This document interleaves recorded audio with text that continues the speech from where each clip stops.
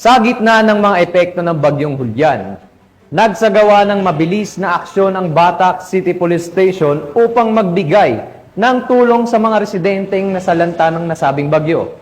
Nakibalita dyan si Patrolman Biljan Kumilang. Sa kabila ng matinding pagulan at malakas na hangin na dulot ng Bagyong Hulyan, naging matagumpay ang mga tauhan ng Batac City Police Station sa kanilang mga operasyon ng rescue at evacuation. Ang mga otoridad ay agad na tumugon sa mga ulat ng mga residenteng nahirapan dahil sa lakas ng hagupit ng bagyo.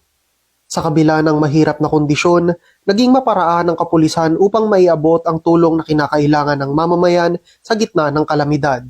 Katuwang ng kapulisan sa pagbigay tulong ay ang mga residenteng kusang loob na nakiisa sa rescue and evacuation operation at iba pang organisasyon tulad ng Bureau of Fire Protection. Hindi naman tumitigil ang Batac City PNP sa pagmamatyag sa kalagayan ng panahon at walang humpay ang kanilang rescue and evacuation hanggat hindi natutulungan ang lahat ng nasalanta sa kanilang bayan.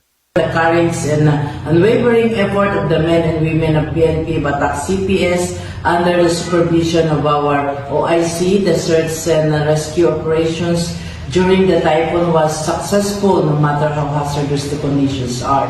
The men and women of this police station who carried out this operation, who put their lives on the line just to save others and keep them safe, the Batac Police Station is always ensuring the safety of the responders and the general public with this kind of situation because this is our topmost priority.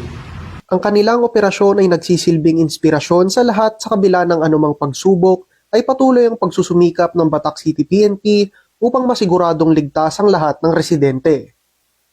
Mula dito sa Ilocos Region, ako ang inyong PNN Correspondent Patrolman Biljan Kumilang, alagad ng batas, tagataguyod ng Balitang Pulis.